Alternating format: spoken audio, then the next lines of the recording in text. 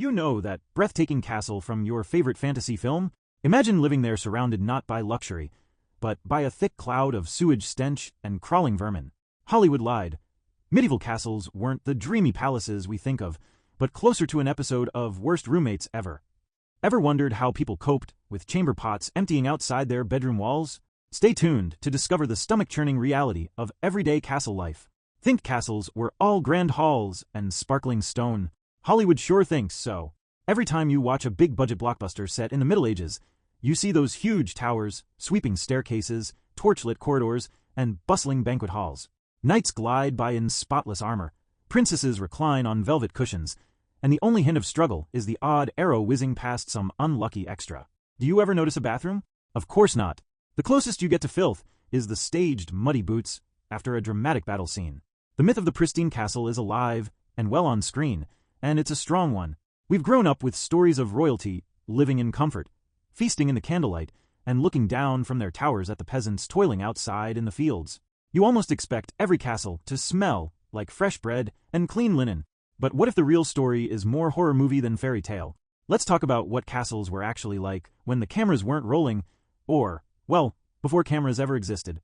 Imagine walking through those heavy oak doors expecting luxury, but what you actually get is a thick slap in the face from centuries of grime, mold, and something much, much worse. Those grand balls and massive banquets, they might have looked elegant, but everything around them smelled like a bus station bathroom had an argument with a landfill. Movies and TV get plenty of mileage out of castles as the perfect backdrops. Hogwarts' magical halls, Camelot's royal throne rooms, or even the cold stone majesty of Winterfell from Game of Thrones. They're always sweeping, high-roofed, and sparkling clean, probably because a bunch of modern set designers and cleaners stand just out of frame. The idea is so powerful that a lot of real castles you visit as a tourist today have been scrubbed, restored, and even staged with flower arrangements to feed the fantasy. Disney's Cinderella Castle, built out of steel and concrete, not ancient stone soaked with human waste. Why do we cling to this idea that castles were cozy? Maybe it's because stories need glamour. No one wants to read about a hero worrying if their trousers will get stained by the wall. There's something about soaring stone towers that makes them feel safe and timeless. It's tempting to imagine yourself there, banishing dragons and sipping mead, not scrubbing mildew off the ceiling or swatting fleas out of your hair. But the truth is, defense was the castle's first and pretty much only job. Every thick stone wall, every arrow loop, and every heavy door was built to keep out enemies, not drafts. Comfort came last. Windows were kept small for safety, not sunshine. Outside, those romantic moats that look so pretty on postcards. Yeah, don't picture swans gliding across the water. Most castle moats doubled as open toilets. That dreamy water feature you see in movie backgrounds was basically a medieval septic tank, constantly fed by waste pouring out of the castle. Fish wouldn't even swim in some of those moats. Inside, those walls did a great job of trapping heat in the kitchen. Unfortunately, they also trapped every single smell from the Great Hall, the fireplaces, the animals, and all of the people crammed inside. Open a window? Forget it. Either you let in a freezing draft, or you risk a crossbow bolt to the head. Privacy was almost impossible.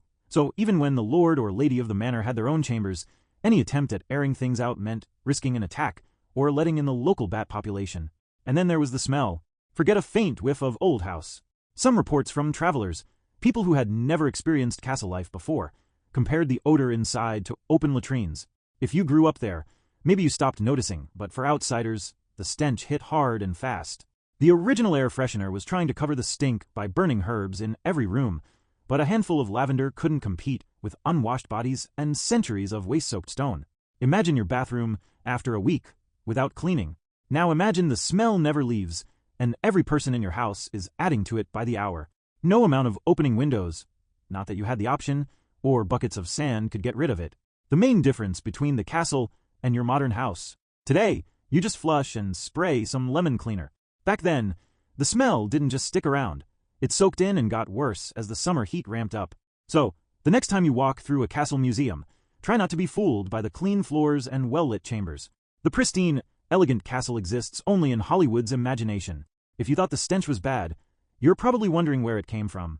Let's just say, the answer makes the whole fairy tale idea collapse, literally. So, let's talk about what people did before bathrooms with running water.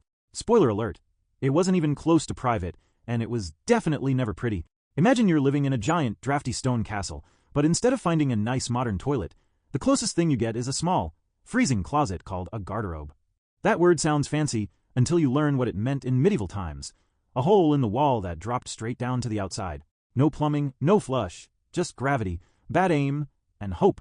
Now, having a garderobe at all was a big deal back then, because most people just had chamber pots, which are basically buckets for pee and poop.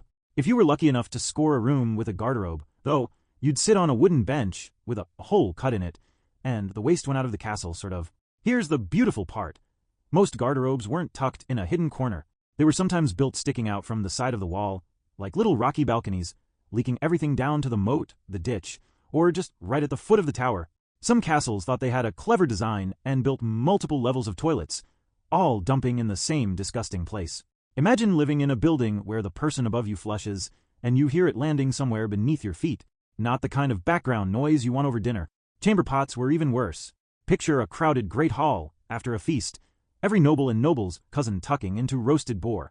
Once the eating was over, servants went around collecting chamber pots from under benches and beds because, shockingly, nobody wanted to walk down icy stone corridors to the garderobe at night.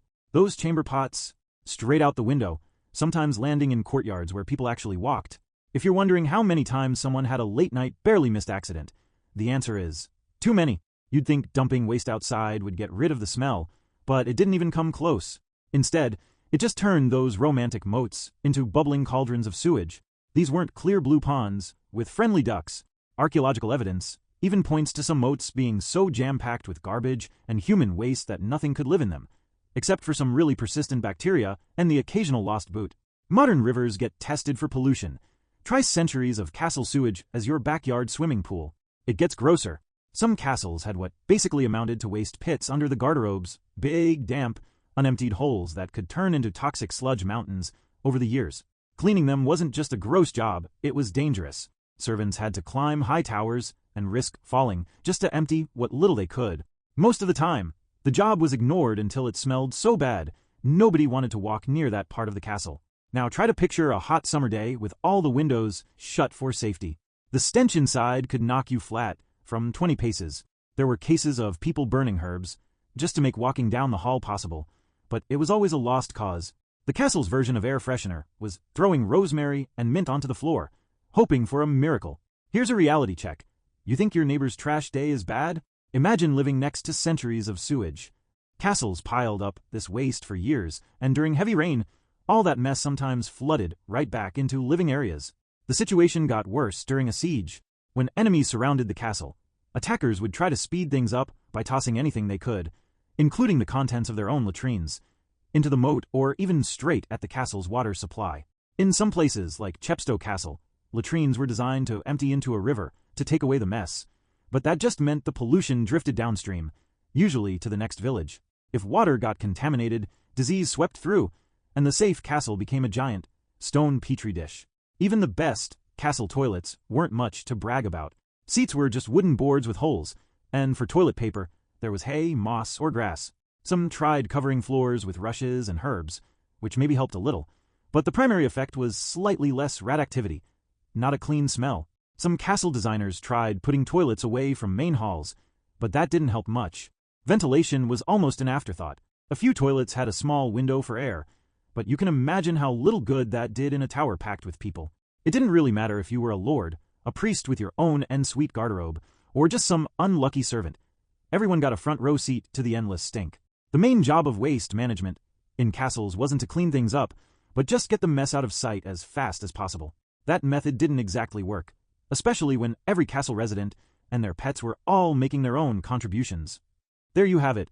When people say medieval castles were advanced, keep in mind that their plumbing just multiplied the problem. But waste wasn't even the main horror living inside those stone walls. Let's talk about the real residents who moved in and never left. Rats, fleas, and lice. If you're squeamish about bugs or rodents, a medieval castle would have been your nightmare fuel. The waste, the food scraps, and the endless parade of people meant these places weren't just bad for your nose. They were a paradise for the real pests of the Middle Ages. Forget about the castle's noble lord or elegant lady running things. The rats, fleas, lice, and mice had the real control. They weren't just occasional visitors, either. Thanks to the trash, dirty bedding, stacks of uneaten bread, and the piles of waste building up everywhere, these critters moved in full time. And once they settled in, no one could kick them out.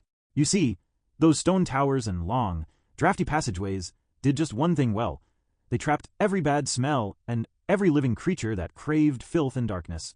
Picture yourself in a huge, cold room with a tiny window you can't open for fear of arrows. At the edge of vision, a mouse darts behind a barrel. Near your feet, you see something scurry away in the rushes, which are supposed to keep the place clean.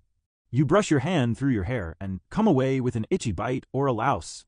This wasn't rare, and it wasn't just the servants. Nobles tried everything. Extra changes of sheets, more servants, more airing out, but none of it made a dent. Every person inside those walls was fair game, and bugs didn't care about your titles or your fancy banners. Imagine trying to sleep as the floor practically vibrates from the scurrying of rats. Fleas and lice make themselves comfortable in everyone's beds and clothes. Shoes meant to keep your feet dry just wind up carrying a bunch of extra passengers. Sometimes, people would wake up with bites all over their skin and no answer for the itching except more dirty water and handfuls of mint or rosemary, which didn't fool the vermin for a second. If anyone dropped a crumb, a mouse was on it before you could blink. Even in the Lord's pantry, the supposed treasure chest of the castle, rats would chew through anything, especially during feasts when leftover meat and bread got shoved into dark corners and forgotten. The gross truth is, people actually made things worse trying to clean up. Servants swept old rushes out of one room and into another. Wool blankets and mattresses, instead of being washed, were often stuffed with whatever could be found: straw, feathers, dry grass, and after a while, every possible parasite you can name. Lice loved these tightly packed straw beds. Their eggs stuck to fibers just out of reach. Hotels today pride themselves on being bug-free. Castles in the Middle Ages were like the world's most popular pest resort. There's a reason the phrase, bringing home the plague, isn't just an insult. The Black Death rode into castles on the backs of rats and their friendly neighborhood fleas. Waste didn't only stink, it rewarded the rats. Rats and fleas helped spread the Black Death, turning castles into hotspots for plague. That's not just a scary story to keep you up at night. The rats and bugs were everywhere. Under the floor, inside the pantry, even in the rooms where newborn babies slept. One rat colony could number into the hundreds in a single castle, and an explosion of fleas and lice was never far behind. The real danger wasn't just an itchy night. It was the risk of sickness that made surviving into adulthood an accomplishment. How did castles get so bad? Blame the builders. Stone walls and tiny windows made for fortress-like rooms, sure, but those same walls locked out almost all light and fresh air. If you wanted to find a rat, you wouldn't even need a torch. Shadows covered every corner, and the cool, damp air kept pests happy year-round. If someone shut a door to keep in heat, they were also locking in every bug and rodent that wanted to avoid getting caught by a hunting cat. Poor airflow made it simple for vermin to breed. Darkness and dust meant no one saw them until someone accidentally rolled onto a mouse, or worse, rolled over a nest. That's not to say people didn't fight back, though. Records show all sorts of desperate remedies. Medieval folks scattered handfuls of dried herbs, like lavender, rosemary, and mint, on the floors and under the beds. The theory was that it masked the odors and maybe tricked a bug or two. Cats were valuable not for their cuteness, but because they caught mice, sometimes for the whole castle. Traps and poison were trialed, but the results were never enough. Servants cleaned, swept, and tore apart beds, only to find the same scratchy bites and tiny invaders the next morning. The pests always came back. It takes guts to live with roaches, but the real rulers of the castle weren't the humans at all. They were the rats and the fleas. Their reign was constant and unavoidable, and while the nobles had it rough, what the servants lived through takes the nightmare to a whole new level. If you think kitchen nightmares were invented by modern reality TV, you're in for a medieval shock. The cooks back then would have given even the toughest celebrity chef a full-blown meltdown. No fancy words, just pure, greasy chaos. Imagine stepping into a kitchen where everything feels sticky, smoky, and loud, but also there's a layer of dirt and food waste that nobody ever really wins against. During a castle feast, dozens or even hundreds of people could show up to eat, laugh, and drop food everywhere. Once all the nobles got up, and the music faded, what was left? A sea of half-eaten meat, bones tossed on the ground, rotting vegetables, and puddles of ale soaking into the flagstones. Nobody swept it up before heading to bed. Most of it just got trampled into the floor or scraped halfway into a bucket by a servant half asleep from all the smoke and heat. Working in a medieval kitchen was the medieval version of the worst double shift at a fast food place you can imagine. The air was thick, not just from the fires needed to roast everything, but from the meat grease, boiling water, and the stink of all the stuff nobody wanted to eat. Kitchens were rarely inside the main castle. Instead, they were usually shoved outside, sometimes in separate buildings altogether. All those fires and open flames constantly threatened to burn everything down. Most castles learn the hard way that a kitchen fire is quicker than an invading army when it comes to causing disaster. But there was another reason for sticking the kitchen far away. The placement of kitchens away from the main living areas also served to distance the unpleasant odors associated with food preparation and waste disposal. Having the kitchen out back didn't save the servants from misery. If they were lucky, a few had pallets to sleep on, but more often it was just a corner of the kitchen floor. No pillows, no clean sheets, just a nest next to the open fire. If you could grab one, everything was always damp from the endless boiling and stewing.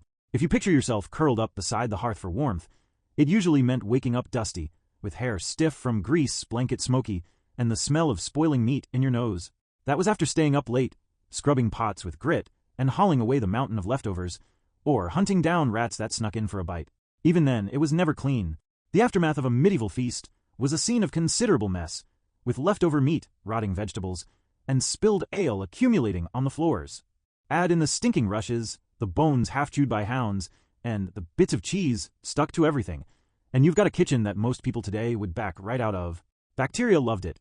So did rats, mice, flies, and every other pest in the castle. With no proper trash pickup and no refrigerator, everything just piled up until it became unbearable. Servants tried their best, but they spent every day fighting a losing battle. In the summer, you could actually see meat rot and fruit attract wasps right on the table. In the winter, smoke filled the air because closing up the kitchen meant no ventilation at all. The lack of windows made it even worse. No light, barely any breeze, and plenty of dark corners for everything gross to grow. If you're thinking, at least the nobles had it better, remember, their comfort depended on everyone else's suffering. Servants cleaned, cooked, mended, and got the leftovers in every sense. In the rare moments they had time to eat themselves, it was whatever was left at the end of mealtime: stale bread, tough scraps, bruised apples. They worked hard, but they lived in the worst spots. For nobles, having a kitchen in a separate building meant the worst smells, and the highest fire risks were kept at arm's length. For the workers, it meant walking outside in the dark to scrub greasy pots with icy water, hoping the smell wouldn't follow them right into bed. If a food fight broke out in a modern high school cafeteria, someone would be mopping it up by the next morning. In medieval castles, bits of food could stick around for weeks, molding in corners or getting swept out only to join the growing dump in the moat. No matter how many times you scraped, scrubbed, or swept, more mess rolled in the next day. The accumulation of food waste and other refuse made the kitchens a particularly unpleasant environment, especially during warmer months when decomposition accelerated. Medieval people tried to burn herbs or throw down rushes to cover up the worst of it, but that was always a losing game. The downside was clear. The peasants outside might have had tough lives, but inside, the servants were the real losers. Their daily life was a stream of gross jobs, little sleep, and the stink of the kitchen clinging to everything. Imagine working a double shift at the world's filthiest fast food joint, then curling up exhausted on a greasy floor right next to the trash bin. That was reality for most castle workers, and there was nowhere to run. So what is there to learn from all the stink, smoke, and suffering? Let's wrap it up with the lesson hidden behind the castle walls. Living in a medieval castle wasn't just uncomfortable, it was flat out filthy and risky. These massive stone fortresses may have looked powerful on the outside, but inside things smelled, crawled, and rotted in ways most people today can't even imagine. When you flush your toilet or swat a single fly in your kitchen, consider that a small luxury compared to the breeding grounds for disease and discomfort. Due to primitive sanitation and hygiene practices, even the messiest modern home is a paradise. See a fairy tale castle on TV? Remember, the real magic is central heating, working plumbing, and sleeping bug-free at night.